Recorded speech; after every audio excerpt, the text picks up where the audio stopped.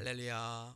오늘도 주님의 사랑과 은혜가 저와 사랑하는 성도 여러분들에게 흘러 넘치기를 예수님의 이름으로 축복합니다. 내가 믿는 예수 그리스도의 반박이라는 제목으로 함께 하나님의 말씀을 나누고자 합니다.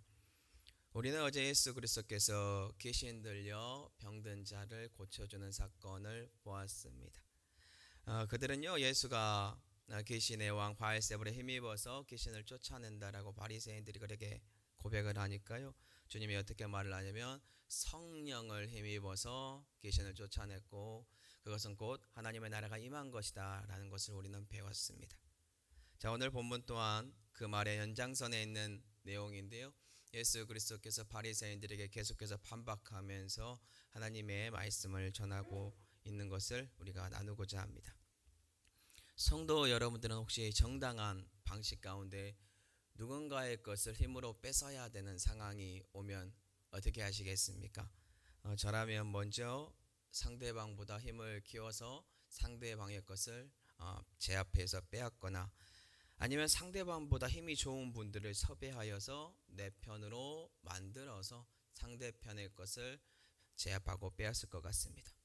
이처럼 예수 그리스도 또한 바리새인들에게 동일한 방식으로 사탄의 무리를 제압하는 방식을 우리에게 제시하시는데요, 마태복음 12장 29절입니다.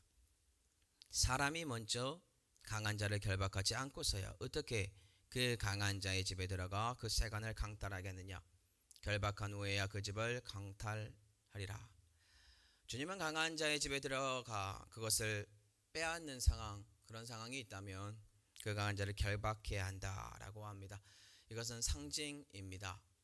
강한 자는 참고로 사단을 지칭한다는 것을 우리는 쉽게 유추할 수 있습니다. 또한 그의 세간에 들어가 강탈한다는 것은요, 1차적으로 마태복음 12장 22절에 나온 것처럼 귀신 들려 사단의 권세 아래 있었던, 고통 가운데 있었던 눈물 곧 말 못하는 사람, 그 사람을 고쳐준 사건을 말하고, 2차적으로는요, 오늘날 사단의 권세 아래 고통받고 있는 모든 이들을 말합니다. 그렇다면 이처럼 사단의 권세 아래 이러한 고통으로 힘들어하는 지체가 있다면 우리는 어떻게 해야 할까요? 그 답은 그 강한 자인 사단을 제압하고 결박해야 한다라는 것입니다. 그렇다면 주님은 어떻게 이 사단을 결박하였습니까?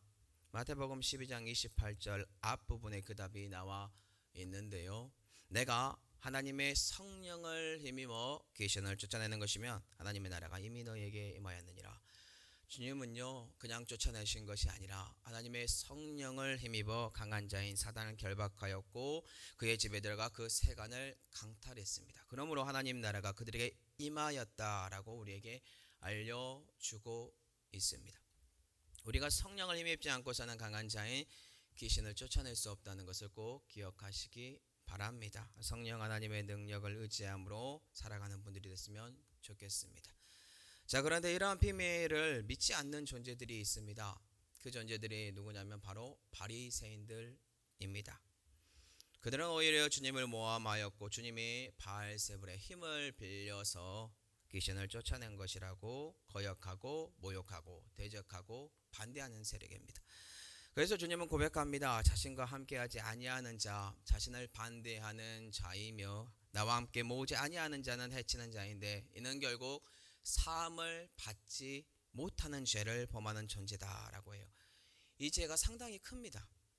어떠한 죄를 범하는 것인가요? 그것은 바로 성령을 모독하고 거역하는 죄로서 그는 평생에 사함을 받지 못하는 죄를 범하는 것이다 라고 우리에게 오늘 본문은 알려주고 있는데요, 마태복음 12장 31절에서 32절입니다. 그러므로 내가 너에게 이르노니 사람에 대한 모든 죄와 모독은 사하심을 얻되 성령을 모독하는 것은 사하심을 얻지 못하겠고, 또 누구든지 말로 인자를 거역하면 사하심을 얻되 누구든지 말로 성령을 거역하면 이 세상과 오는 세상에서도 사하심을 얻지 못하리라. 예수 그리스도께서 지금 두 번이나 강조하면서 반복해서 하시는 말씀 뭐죠? 그들이 사함을 받지 못할 거다.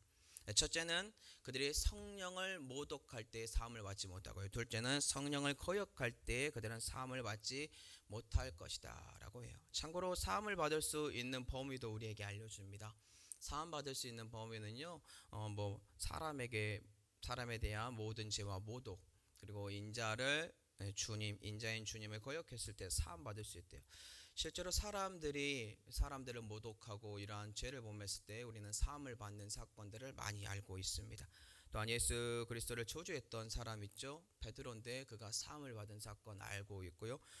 예수님을 모독했던 바울이 사함을 받고 회심했던 사건도 우리는 알고 있습니다.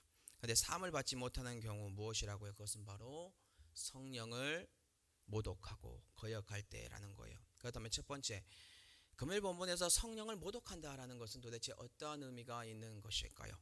모독하다라는 단어는요, 헬라어로 블라스페미아라고 합니다. 이는 신성 모독죄를 의미하는 것으로 모독적인 말을 포함하여서 하나님의 권세와 위엄에 대한 모든 명예를 훼손하는 겁니다. 오늘 본문을 근거로 보면 답을 찾으면요, 아주 쉬운데요, 예수 그리스도께서 성령의 능력으로 행하신 이 기적, 귀신 들린 사람 고쳐준 사건 있죠. 근데 바리새인들이 귀신의 왕의 힘을 빌어서 행한 거다, 이렇게 비방하는 이 모습입니다.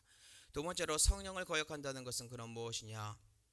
예수 그리스도께서 행하신 일, 이 성령을 힘입어 일어난 것이 분명함에도 불명하고 사람들이 다 믿거든요, 주위 사람들이. 근데 그것은 의도적으로 완강하게 부인하고 밀어내는 행위, 이것입니다. 즉 이 또한 첫 번째 성령을 모독하였던 바리새인들의 모습처럼 예수 그리스도께서 성령의 능력으로 귀신 들린 사람 고친 사건 완강하게 부인하고 거역한 행위를 말하고 있습니다.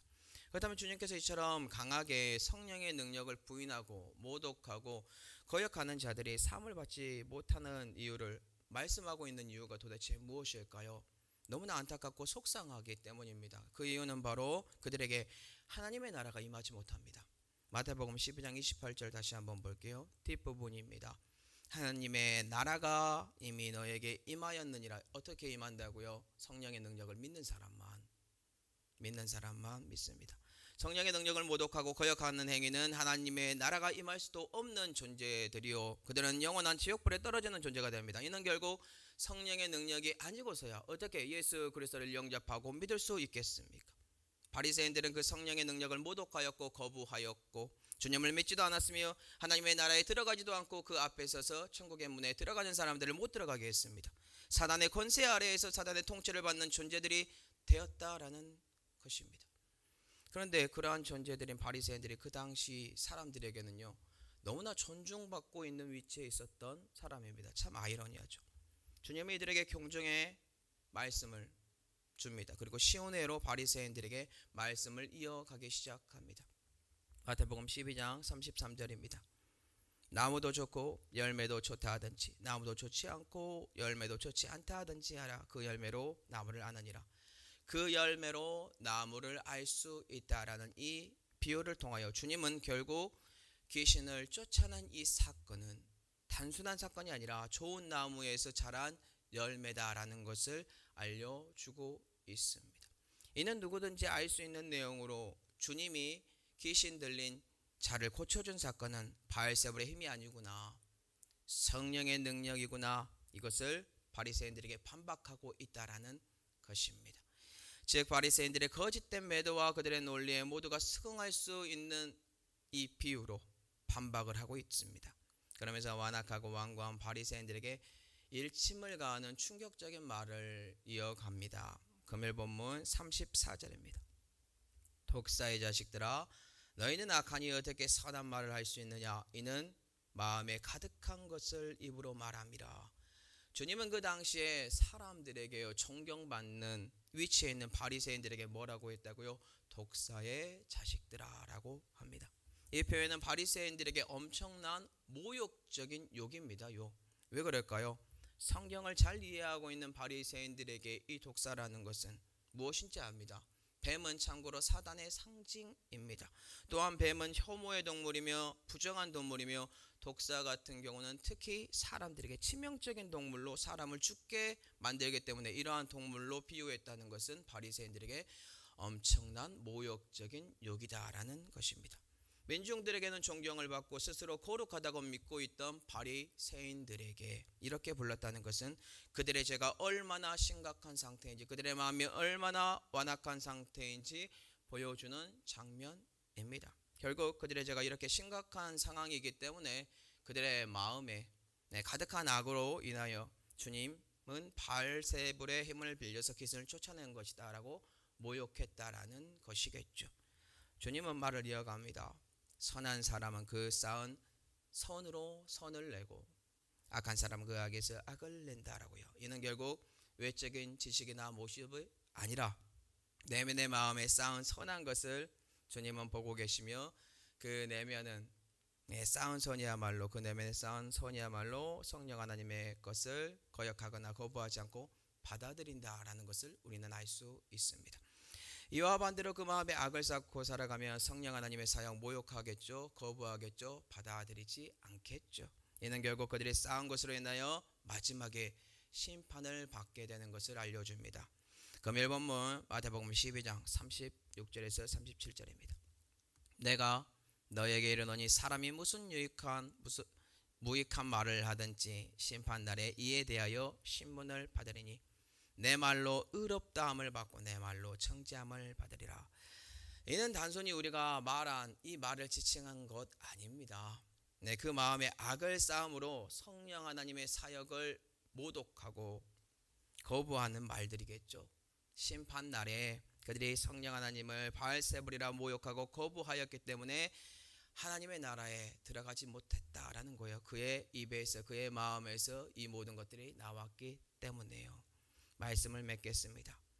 오늘 우리는 예수 그리스도께서요 당대 민중들에게 존경받고 높임을 받고 있는 바리새인들에게 자신의 사역이 성령의 사역이라고 반박하는 내용의 말씀을 배웠습니다. 이를 통해 우리는 무엇을 배울 수 있습니까? 아무리 사람들에게 존중받고 높은 위치에 있는 존재라도 자기의 모든 것들이요 결국에 다 드러난다라는 거예요. 그의 마음에 선을 쌓았는지 악을 쌓았는지 성령 하나님을 만나면 드러나게 됩니다. 특히 악을 쌓은 존재들은 결국에 성령 하나님의 사역을 모욕하고 거부하고 하나님의 나라에 들어가지 못하는 존재들이 될 것입니다. 그와 반대로 선을 쌓은 존재들은 성령 하나님의 사역을 믿고 존중하고 하나님께 영광을 돌리며 이미 하나님의 나라에 임한 존재들이 될 것입니다. 이 땅에서 하나님의 나라를 누리는 존재들이 될 것입니다. 오늘 우리의 마음에 선을 쌓고 있는지 악을 쌓고 있는지 우리는 고민해야 합니다. 또한 사람들이 존중해주고 높여주는 말 참 많죠. 그 말에 취하지 마시기 바랍니다. 오늘 주님 덕분에 내 마음에 쌓은 선을 통하여 성령 하나님께서 하신 사역들을 받아들이시고 하나님을 높이시고 진정한 하나님 나라를 미리 받아 누리는 저와 사랑하는 성도 여러분들이 되기를 예수님의 이름으로 축복합니다. 기도하겠습니다.